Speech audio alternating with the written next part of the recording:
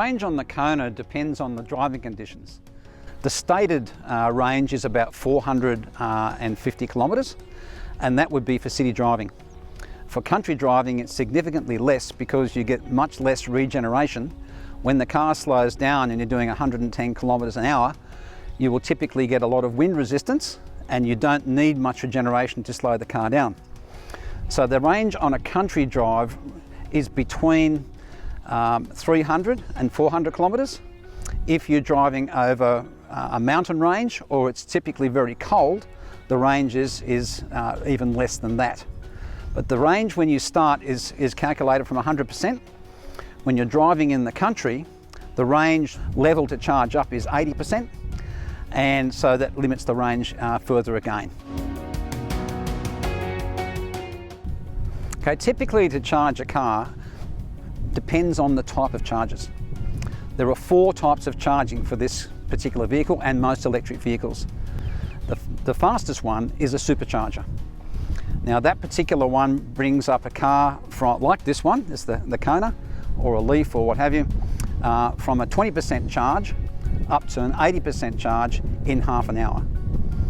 A fast charger, which is the NRMA one, which is currently free for everybody, typically takes about an hour to bring this car up to 80% from 20%. Then we have a destination charger. These cost about $2,000 and can be fitted in anybody's garage or what have you. And that is normally about 10 hours. And then the last way of charging is the adapter that comes with the car. And that typically takes about 30 hours from 20% up to 100%. And that was when you just leave the car where it's parked, where you're going. That's what I call them destination and then slow chargers. When I went to Melbourne, I left Sydney on 100% charge. I got to Yass and I charged it for 1 hour and it brought it up to 80%, and that cost nothing at an NRMA charger. However, if I had used a paid system elsewhere and not the NRMA one, it would have cost between 30 and 40 cents a kilowatt hour, which typically would have been about $8 or $10. With the superchargers, depending on the brand, and there are a few different ones around, startup companies, they charge up to 60 cents a kilowatt hour, and the lowest for the superchargers would be 40 cents a kilowatt hour. So for me to get to Melbourne, I used the NRMA chargers in New South Wales. In Victoria, they're not available. It cost me $10 at Euroa, so my whole trip to Melbourne cost me $10. I'm currently in Canberra, haven't got back to Sydney yet. I used the NRMA charger in Albury and also Holbrook. I topped up at Tarcutta, which once again cost me $10. I came back via Adaminaby and stayed at a residence. I used their power, and that was typically 20 cents a kilowatt hour, but they had solar as well, so it essentially didn't cost anything for that. So it really depends on the type of charger, whether it's a fast or a slow or a destination charger, and whether or not someone is going to charge you for the actual convenience of that. It makes a significant difference. When I charged the vehicle up at a destination charger in Benalla, it was in a garage, and I put about 20% charge, and the range indicated that I had 250 kilometres to go.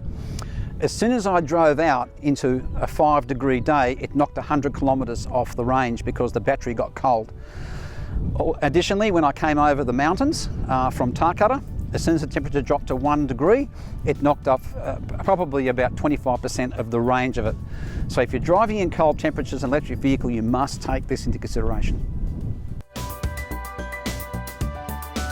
Transport for New South Wales has got a website with all the places that you can charge up one of these vehicles, including a PowerPoint through to fast chargers and superchargers.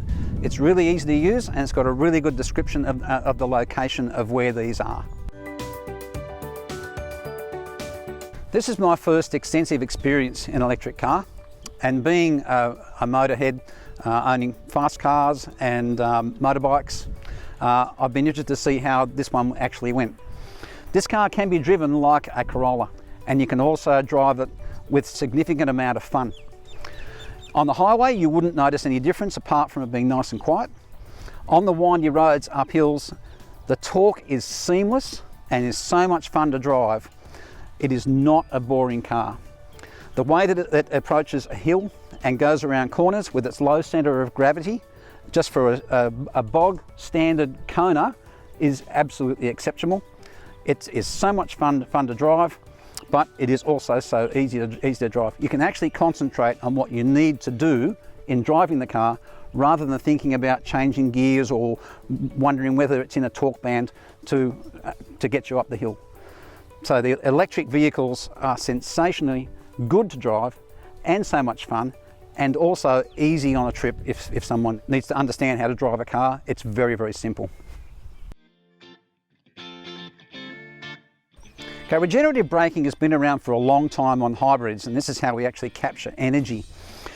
You significantly notice this one when you put it in eco mode, because when you hold your foot on the accelerator, the car is going along like coasting. But when you take off your foot, it's like being in a manual car in a low gear.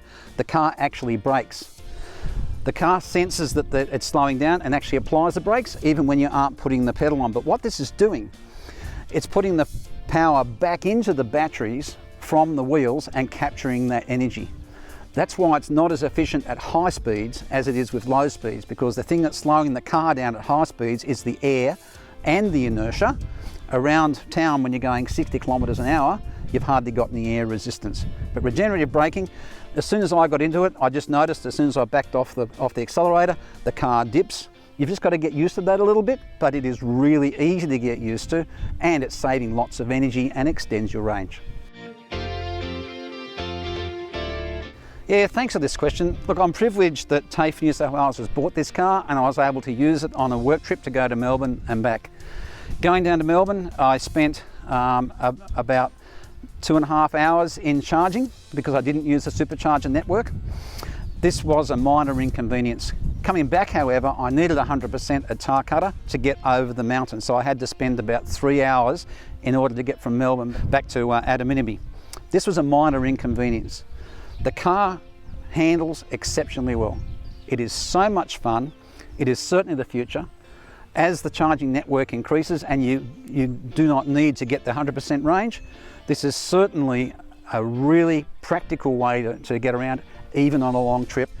At the moment, you've got to plan it. Pretty soon, you won't have to do that because chargers are popping up everywhere. Great car.